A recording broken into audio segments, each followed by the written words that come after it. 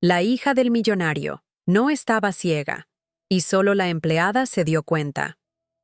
En una mansión llena de lujos, un secreto invisible cambia todo. La hija del millonario no era ciega, aunque todos lo creían. Solo la empleada descubrió la verdad. ¿Por qué fingió durante tanto tiempo? ¿Qué buscaba realmente? Lo que empezó como una mentira desesperada terminará en una revelación que romperá corazones, expondrá culpas ocultas y mostrará que a veces el mayor vacío es la falta de amor. Entré a la mansión, con el olor a cera recién pasada y a flores que no parecían de verdad. Todo brillaba como si nadie tocara nada. El mármol sin una mancha. Los espejos altos devolviéndome una versión más pequeña de mí misma. Y ese eco que hace la casa cuando está llena de cosas pero vacía de gente. El mayordomo me indicó con un gesto dónde dejar mi bolso y me dio un manojo de llaves que tintineó como un pequeño rezo. El señor llega tarde. La niña está en su cuarto. No le gusta que la molesten, me dijo sin mirarme mucho. Yo asentí. Los primeros días siempre se caminan con pasos prestados. Subí las escaleras despacio, probando el crujido de la madera, aprendiendo dónde la casa guardaba sus secretos. Al fondo del pasillo, una puerta entreabierta dejaba escapar un hilo de música muy bajita, como esas radios de cocina que las vecinas dejan sonando todo el día para no sentirse solas. Toqué con los nudillos. Nadie respondió. Empujé un poco y allí estaba ella, la hija del millonario, sentada en un sillón junto a la ventana, el rostro vuelto hacia la luz, los ojos abiertos pero perdidos en un punto que yo no podía ver. Sobre la mesa, una taza de té intacta. En el suelo, una manta caída como si hubiera resbalado de sus rodillas y nadie se hubiera agachado a recolocarla. Soy Lucía, la nueva, dije bajito, por respeto al silencio. Ella no se movió de inmediato, pero la música cesó. «Hola», respondió, con una voz que no tenía prisa. «No hace falta que me veas. No puedo verte a ti tampoco». Dijo «no puedo», como quien dice, «así son las reglas de esta casa». Me presenté de nuevo y recogí la manta con cuidado, sacudiendo el polvo que no estaba. La coloqué sobre el respaldo del sillón. No sé por qué, pero me pareció que el cuarto estaba demasiado ordenado para una vida viva. Le pregunté si quería que abriera un poco más la ventana. Sonrió apenas, esa sonrisa que solo mueve una esquina de la boca. «Si te hace bien a ti», lo dijo sin malicia. Más bien, como si no esperara gran cosa del mundo. Abrí los postigos y entró un aire tibio, con olor a jacarandá. La luz se deslizó por el parquet, y por un segundo me pareció que el polvo danzaba como si hubiera estado esperando esa invitación. En la cocina, las empleadas que quedaban de antes hablaban en murmullos cortos. «La niña es ciega. El señor trabaja demasiado. No preguntes mucho. Haz lo tuyo y ya». Las casas grandes repiten siempre los mismos consejos, como si los dueños se parecieran entre sí. Yo serví la merienda, corté la fruta en trozos pequeños, dejé las migas fuera del camino y volví al cuarto. Ella seguía allí, exactamente igual, salvo por el leve giro de la cabeza hacia la claridad. Me acerqué con la bandeja. «He traído algo fresco», dije, y la palabra fresco me sonó atrevida, como si yo hubiera traído una estación distinta en la palma de la mano. No me pidió que me quedara, pero tampoco me echó. Me apoyé en el borde de la cómoda y escuché el tic-tac del reloj antiguo, ese que marca el tiempo con una paciencia que lastima. «¿Cómo te llamas?», le pregunté. Me lo dijo, y su nombre dejó un rastro suave en la habitación. «¿Te gusta la música?», añadí. «Me gusta cuando alguien la comparte», respondió. En esa frase, o quizá en la manera de decirla, hubo un pequeño temblor, el sonido de una puerta interior que cede apenas. Antes de irme, apagué la lámpara de pie y dejé la luz de la tarde haciendo su trabajo. En el pasillo, el mayordomo me recordó los horarios, los protocolos, las zonas donde la presencia debe ser discreta. Yo asentí otra vez. Pero mientras bajaba, llevaba conmigo la imagen de la taza intacta y de la manta en el suelo, como prueba silenciosa de que a veces lo que falta no es la vista, sino el tacto de alguien que se inclina y recoge. Esa noche, cuando el señor llegó, la casa se acomodó al ruido de su coche y a sus llamadas rápidas por teléfono. Yo me moví por la cocina en puntas de pie, aprendiendo las distancias nuevas de mi vida. No sabía entonces que mi trabajo no sería solo limpiar, sino también mirar lo que otros habían dejado de ver, y que, sin proponérmelo, ya había empezado. La mañana siguiente me encontró poniendo agua a hervir antes de que amaneciera del todo. En la cocina grande, los relojes parecían tener su propia coreografía, uno adelantado, otro perezoso, el del horno con números rojos como si respirara. Lavé la fruta, corté pan, dejé el café listo para cuando el señor cruzara como un rayo por el comedor. Nadie me lo pidió, pero encendí la radio bajito. Una voz de madrugada llenó los huecos de las paredes. En la bandeja de la señorita puse yogur, mermelada, tostadas, una flor pequeña en un vaso.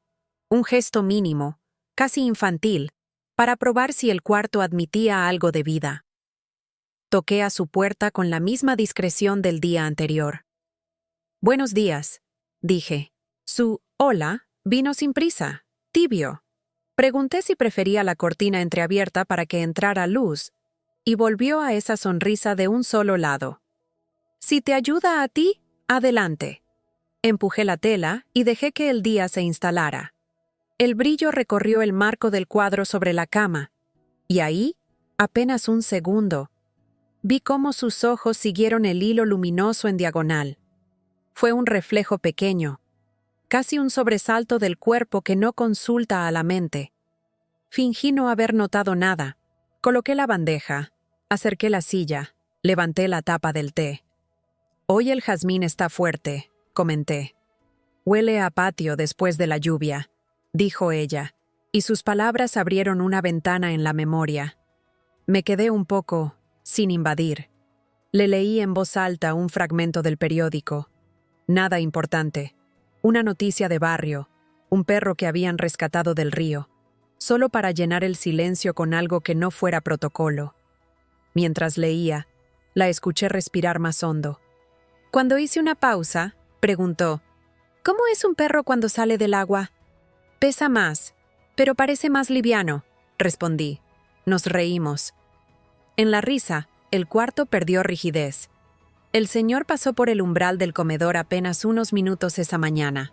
Tomó café sin sentarse, firmó papeles con la urgencia de quien firma para aplazar otra cosa, y se fue hablando por el teléfono como si del otro lado estuviera siempre un incendio. Antes de salir, preguntó al mayordomo si la niña había dormido bien. Le dijeron que sí. No preguntó más. Yo estaba en la cocina con las manos mojadas y un pañuelo sobre el hombro, y sentí, no sé por qué, que alguien tiraba de una hebra invisible en mi pecho. Al mediodía, llevé sopa ligera y pan tostado. Le propuse, con cuidado, escuchar música juntas. «Pon lo que quieras», me dijo. Elegí un piano sin palabras. Noté que, al tercer compás, su cabeza se inclinó hacia la izquierda, justo donde había colocado el parlante portátil. Era un gesto delicado, casi imperceptible, pero revelaba que algo en ella navegaba hacia el sonido con precisión. Me mordí la lengua antes de decir cualquier comentario que sonara a descubrimiento. Las casas guardan secretos. Las personas, más. Por la tarde, la acompañé al invernadero. El mayordomo insistió en que la silla con ruedas era más segura. Ella aceptó sin discutir, pero yo vi cómo sus dedos rozaban las hojas como quien reconoce texturas conocidas. Del invernadero salía un olor a tierra húmeda y a pasado reciente. Le conté, sin importancia, de mi abuela y sus geranios. «Los geranios sobreviven al descuido», dije. «¿La gente también?», preguntó. No supe contestar de inmediato. A veces sí, si alguien los riega a tiempo. La frase quedó flotando, y nos miramos sin mirarnos. Esa noche, cuando le llevé una manta limpia, la de la víspera seguía en el respaldo, esperándola. La encontré escuchando una película con los ojos cerrados. Los subtítulos corrían en silencio por la pantalla, pero ella seguía cada pausa, cada cambio de tono, como si leyera con la piel. En una escena, un personaje susurró un secreto y, sin pensar, ella buscó el control remoto, lo encontró a la primera y subió apenas el volumen. Mis dedos apretaron el borde de la bandeja. No dije nada. Ella tampoco. A veces el pacto más fuerte es el del silencio. En los pasillos ya conocía qué baldosas evitaban denunciar mis pasos. Aprendí el ritmo de la casa, sus respiraciones, sus pequeñas interrupciones, la caldera que se quejaba a las 6, el ascensor de servicio que tosía a las 8, el perro del vecino que ladraba 3 veces y se dormía. Y dentro de esa partitura, empecé a calzar mis horas con las de ella. No porque alguien me lo ordenara, sino porque su soledad llamaba a la mía como un faro lejano. Al tercer día, me atreví a preguntarle por su música favorita. «Depende de con quién esté», dijo. «¿Y conmigo?», arriesgué. Pensó un momento y respondió. «Con vos, canciones que no tengan letras, para que las palabras no nos estorben». Quise decirle que a veces las palabras también curan, pero comprendí. Había demasiadas que no se habían dicho. Le propuse, entonces, hacer del atardecer nuestro ritual mudo. Té, piano y una ventana abierta. Aceptó, y su sí fue tan suave que la cortina se movió como si alguien hubiera pasado. Ya casi de noche, el señor volvió con otra prisa, la de los que olvidaron algo y lo recuerdan tarde. Preguntó por unos documentos. Preguntó si la niña había comido. Le dijeron que sí. Se acercó a la puerta de su cuarto, miró desde lejos y se fue. Yo estaba a pocos pasos con la bandeja vacía. Me vio, me dio las gracias sin mirarme del todo y añadió, «Mientras esté tranquila». Esa palabra, tranquila, me atravesó con una ironía que tuve que tragar. En mi cuarto de servicio, antes de dormir, me quedé pensando en su gesto hacia el parlante, en su mano alcanzando el control, en la diagonal de luz sobre el cuadro. No era mi lugar atar cabos, pero los cabos se estaban anudando solos. Y comprendí que, si un día la verdad decidía salir, tendría que hacerlo con cuidado, como quien abre una jaula sin asustar al pájaro. Cerré los ojos con el piano todavía sonando en mi cabeza, y sin saberlo, empecé a esperar el momento en que la casa, por fin, hablara. Con los días, la confianza se volvió un hilo que nos unía sin que nadie lo nombrara. Yo aprendía a escucharla entre líneas, cómo pedía agua sin pedirla, cómo dejaba caer preguntas envueltas en ironía. A veces me hablaba de películas que había escuchado, pero describía escenas con una precisión imposible para quien solo atiende al sonido. La primera vez creí que era casualidad. La segunda, que su memoria era prodigiosa. A la tercera, comprendí que había algo más. Una tarde, mientras acomodaba unos cojines en su cuarto, noté que ella seguía con la mirada el vuelo lento de un insecto contra la cortina. No pestañeaba al azar, lo seguía con exactitud. Mi mano se congeló sobre el cojín. Fingí distraerme con la lámpara. Ella lo notó. «Lucía», dijo mi nombre, suave, como si probara el peso que tendría en un secreto. «Dime». «Ya lo sabes, ¿verdad?». No hizo falta aclarar qué. La pausa era un espejo que reflejaba demasiado. «No quise mirarte raro», respondí. «Solo me sorprendí». Guardó silencio. Afuera ladraba un perro lejano, y ese ruido nos dio valor. «No soy ciega», confesó al fin, con los ojos fijos en un punto que ya no quiso esconder. La frase cayó entre nosotras como una piedra en un estanque, ondas que se expanden y que ninguna puede detener. Me senté frente a ella, aún con el trapo en la mano. No supe si debía consolarla o reprenderla. «¿Y por qué dejas que todos lo crean?». Sus labios temblaron un poco. «Porque mi padre nunca me miraba, ni cuando era pequeña, ni ahora, siempre ocupado, siempre con su mundo. Cuando empecé a fingir, al menos me trajo médicos, especialistas, gente que venía a verme. Era atención disfrazada, pero era algo. La escuché sin interrumpir. Cada palabra era un nudo apretado. Sé que está mal, añadió. Pero ¿qué otra forma tenía de que se detuviera a pensar en mí? La verdad me atravesó como una corriente. En esa mansión perfecta, donde nada faltaba salvo lo esencial, la niña había inventado su propia enfermedad para suplir el vacío del afecto. Y yo era la primera persona a quien se lo confesaba. Le tomé la mano con cuidado. Tu secreto está a salvo conmigo. Sus ojos, aliviados y asustados al mismo tiempo, se llenaron de un brillo nuevo. En ese instante, entendí que el trabajo que había venido a hacer no tenía nada que ver con el polvo ni con los platos. Era otra clase de limpieza, la de un corazón que llevaba demasiado tiempo esperando ser visto. Desde aquel día, nuestras conversaciones cambiaron de tono. Ya no había tanto silencio vigilado, sino confidencias que respiraban. Ella me pedía que le contara historias de mi barrio, de cómo las vecinas colgaban la ropa en terrazas estrechas y los niños inventaban juegos con piedras y tizas. Me escuchaba con una curiosidad serena, como quien abre una ventana a un mundo imposible. ¿Y tu familia?, me preguntó una vez. Quedaron lejos, dije. Pero llevo sus voces conmigo. Ella sonrió. Quizá en ese gesto había un espejo de sí misma. Alguien rodeada de muros, y aún así, buscando voces que la acompañaran. A veces la sorprendía practicando movimientos frente al espejo, como si ensayara un papel que nadie más debía ver. Se giraba hacia mí con la excusa de tocar el aire o buscar un objeto caído, pero yo sabía que su mirada medía distancias con exactitud. Nunca la delaté. Mi silencio era su refugio. En una ocasión, mientras acomodábamos libros en la biblioteca, me susurró: ¿Crees que algún día se lo pueda decir sin que me odie? La pregunta me dolió. No había respuesta fácil. Un padre no odia a su hija, contesté.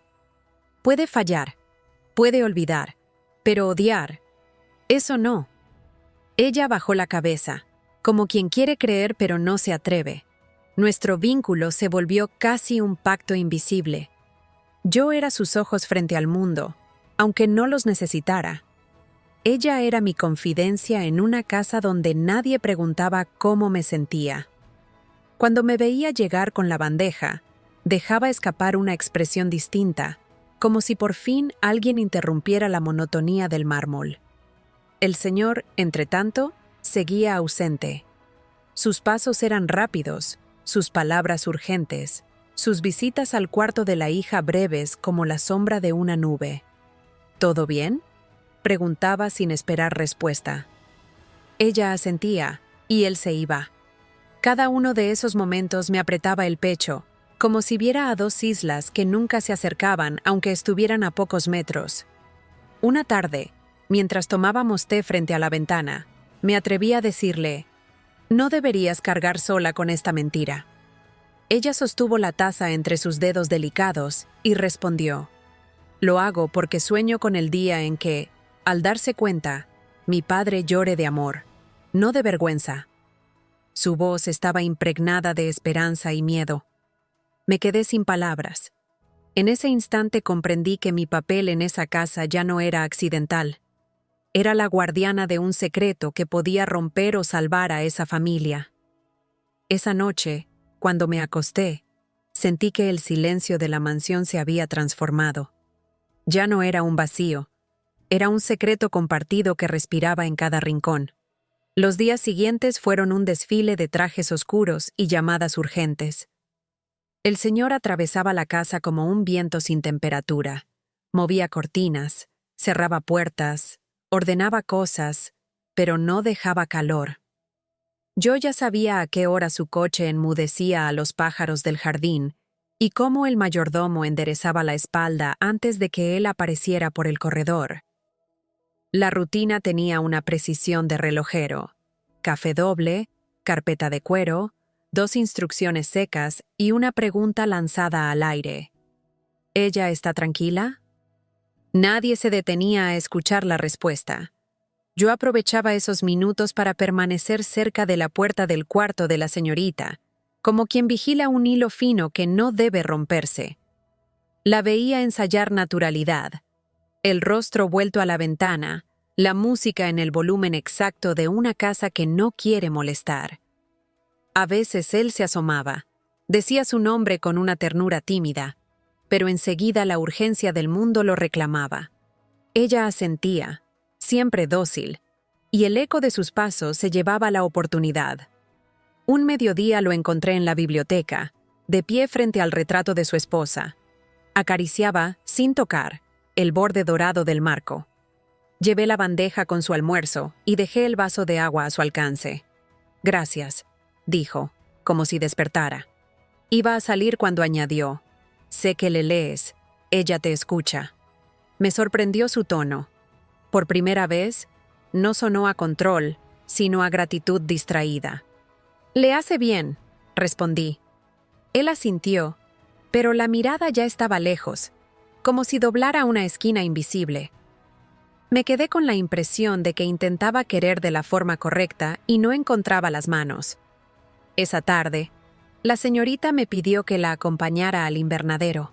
El sol filtrado hacía que las hojas parecieran vitrales verdes sobre el suelo. Le conté de una vecina que curaba sus plantas hablando con ellas. Ella rió y dijo que, de niña, su madre hacía lo mismo. La risa se le apagó en la mitad, como quien recuerda una puerta que no volverá a abrirse. «Mi padre trabaja para no romperse», murmuró, mirando las sombras en el cristal. No supe si hablaba con las plantas o conmigo. «Y tú finges para que te mire», pensé, pero guardé silencio. Hay verdades que solo pueden decirse una vez. Al anochecer, el señor volvió con un cansancio que lo envejecía. Cruzó el comedor y se detuvo un segundo frente a la sala de cine. La casa tiene un pequeño teatro, butacas de cuero, alfombra gruesa, una pantalla que traga el mundo. Ese espacio siempre estaba impecable y vacío, como un lujo olvidado. «Mañana terminaré antes», lo escuché decirle al mayordomo. «Tal vez veamos algo juntos». La promesa quedó flotando, tan leve que tuve miedo de que la corriente la empujara contra las paredes y se hiciera pedazos.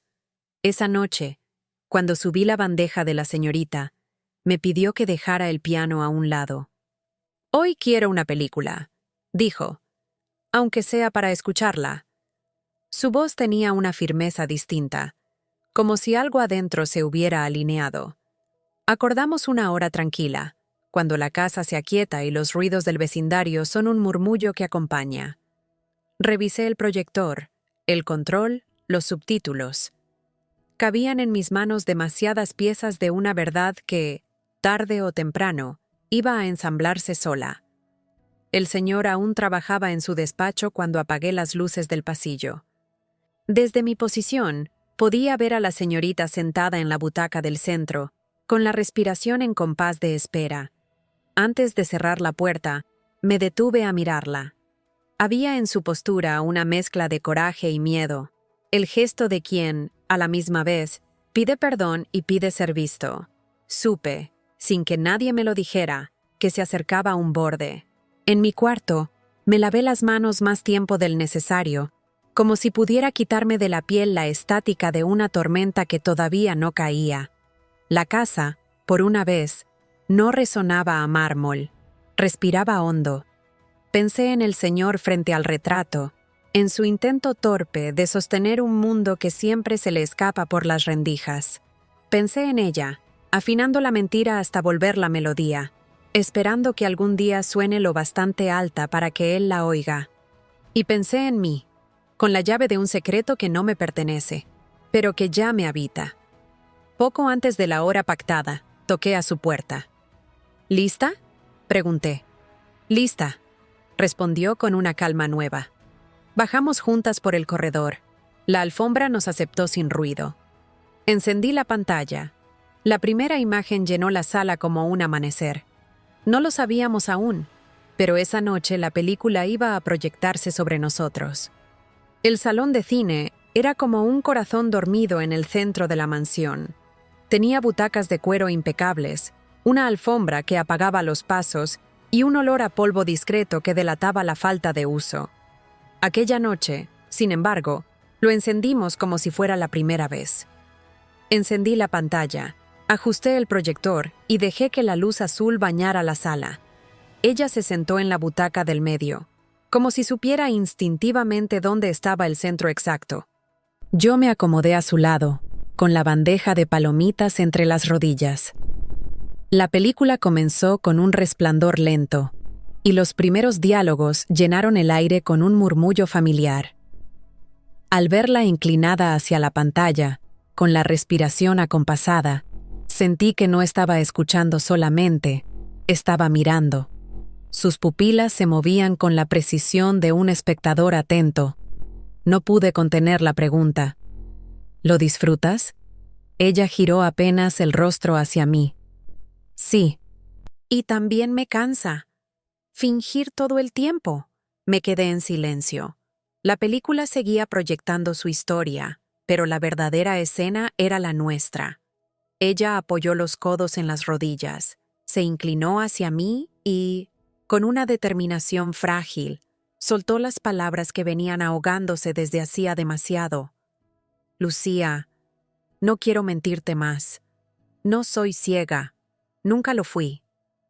El sonido de la confesión se mezcló con una explosión en la pantalla, como si el universo hubiera querido subrayar el momento. Lo sé, susurré.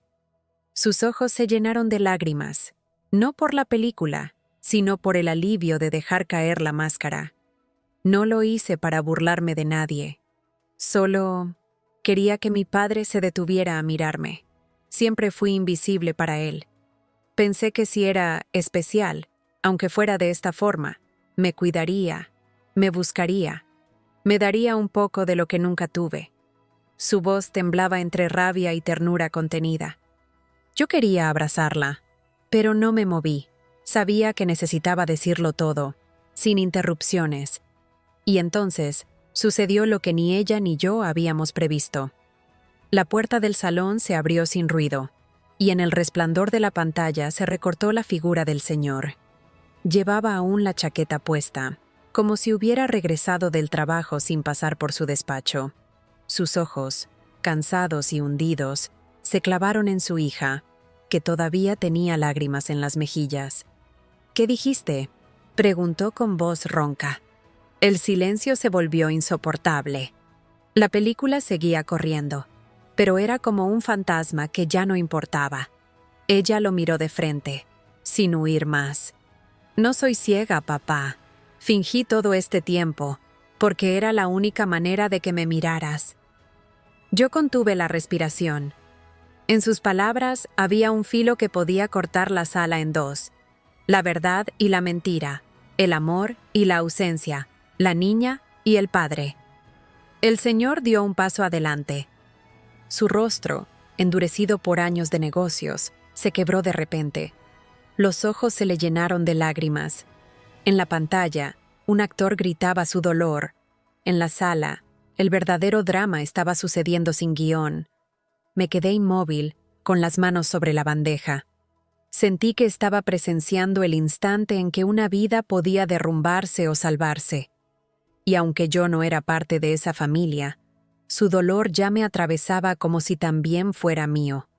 Ella bajó la mirada, y en ese gesto había tanto miedo como esperanza. La verdad estaba dicha, y ahora solo quedaba esperar qué hacía él con ella. No sé cuánto duró ese segundo. La pantalla seguía derramando luz, pero la sala ya no era un cine. Era un cuarto pequeño donde cabían 3 respiraciones y una verdad que pedía lugar. El señor dio otro paso, dejó la chaqueta en el respaldo de una butaca y, por primera vez desde que yo lo conocía, pareció sin armadura. Su voz salió baja, como un hilo que temía romperse. «¿Desde cuándo?», preguntó. Ella tragó saliva. Yo podía oír el ruido minúsculo de su garganta. «Desde hace más de 1 año», respondió. Al principio fue un juego, papá. Después no supe cómo volver atrás. El señor cerró los ojos, y el gesto me dolió más que cualquier grito. Se llevó la mano a la frente, como si buscara una fecha, un punto de partida, el instante exacto en que dejó de mirar. Cuando volvió a hablar, no sonó a reproche, sonó a derrota. Yo estaba convencido de que te cuidaba con médicos, con especialistas, con todo lo que se compra. Alzó la vista. Pero nadie te estaba mirando. La palabra nadie golpeó la alfombra blanda y se quedó ahí, sin morirse. La señorita rompió en llanto, no escandaloso, sino ese llanto delgado que ordena el desorden por dentro. Yo seguía inmóvil, como si mi cuerpo supiera que cualquier movimiento podía espantar lo que estaban haciendo. Entonces, él hizo lo único que podía salvarlos. Caminó hacia su hija y la abrazó, sin pedir permiso, sin formular un discurso. La apretó con una delicadeza torpe, como quien aprende a sostener un cristal que ya se había resquebrajado. Ella se pegó a su pecho como si volviera a un lugar que no conocía, y sin embargo, reconocía. «Perdóname», dijo él, con la voz rota, «por llegar tarde a todo, por confundir atención con presencia, por darte especialistas cuando necesitabas mis manos». Yo sentí cómo el aire entraba de nuevo en la sala. Apagué la película, la pantalla quedó negra, y la oscuridad fue, por fin, un refugio en lugar de una amenaza. El silencio que siguió ya no fue el de la mansión fría. Fue el silencio de un hogar que escucha. «No te odié ni un minuto», susurró él, separándose apenas para mirarla a los ojos. «Solo me odio a mí por no haber visto antes». Ella negó con la cabeza, en un gesto pequeño. «Yo tampoco supe cómo pedirte que te quedaras». Se quedaron así, frente a frente, con los ojos rojos y las manos todavía buscando la forma correcta de agarrarse. Yo me acerqué lo suficiente para dejar una caja de pañuelos en el apoyabrazos y, por pudor, di un paso atrás. El señor me miró. No como se mira al personal que resuelve cosas. Me miró como se mira a un testigo necesario. «Gracias, Lucía», dijo, «por estar cuando yo no estuve. Por verla». No supe qué contestar. Asentí. A veces el oficio más grande consiste en sostener una lámpara mientras otros encuentran la puerta. Caminamos juntos hasta la biblioteca. Él encendió la lámpara baja y, con un movimiento tímido, invitó a su hija a sentarse a su lado en el sofá. Nada de discursos solemnes. Pidió té. El de jazmín, precisó, como si de pronto recordara la flor que yo ponía en su bandeja. Fui a la cocina con pasos que ya conocían el mapa, y cuando volví, los encontré hablando a media voz, acomodando recuerdos como quien ordena libros viejos. No importa que el lomo esté gastado, importa que cada historia encuentre su estante. Esa noche cambiaron cosas pequeñas que, en una casa, significan revoluciones. El señor apagó el teléfono. La puerta del despacho quedó entreabierta, como si la mansión necesitara comprobar que no volvería a cerrarse del todo. En la mesa baja apareció un cuaderno en blanco. «Para escribir lo que nos debemos», dijo él, medio en broma, medio en promesa. Ella rió y, por primera vez, fue una risa que no escondía nada. Durante los días siguientes, el ritual se volvió costumbre. Desayunos sin prisa, paseos por el invernadero donde las hojas parecían saludar, tardes en la sala de cine con películas completas, sin fingir. Hubo llamadas al médico, sí, pero fueron otras, no para demostrar una ceguera, sino para revisar la vista tal como es, con su luz y sus sombras. Nadie dramatizó, todos respiramos. Una tarde, mientras acomodaba flores en un jarrón, la señorita se acercó a mí. «¿Crees que él va a cambiar de verdad?», preguntó sin ansiedad, como quien consulta el clima. «Los cambios verdaderos no hacen ruido», respondí, «pero mueven los muebles por dentro». Me regaló una mirada limpia, y en esa limpieza cabía la niña que había fingido para ser mirada y la joven que, al fin, era vista sin condiciones. Esa noche, antes de cerrar mi puerta, escuché risas venir del comedor. No eran risas de ocasión, eran redondas, con aire. Me recosté en la cama con la certeza de que la casa había bajado sus hombros de mármol. Quizá mañana habría discusiones, desorden, demoras. La vida no deja de ser vida por un abrazo. Pero ahora, al menos, sabíamos el camino de regreso. Apagué la luz y pensé en todas las cosas que se pierden cuando nadie mira. Pensé, también, en lo que se recupera cuando, por fin, alguien lo hace. Y me dormí con una gratitud sencilla, de esas que no necesitan palabras. Yo había venido a limpiar una mansión y, sin querer, ayudé a abrir una ventana.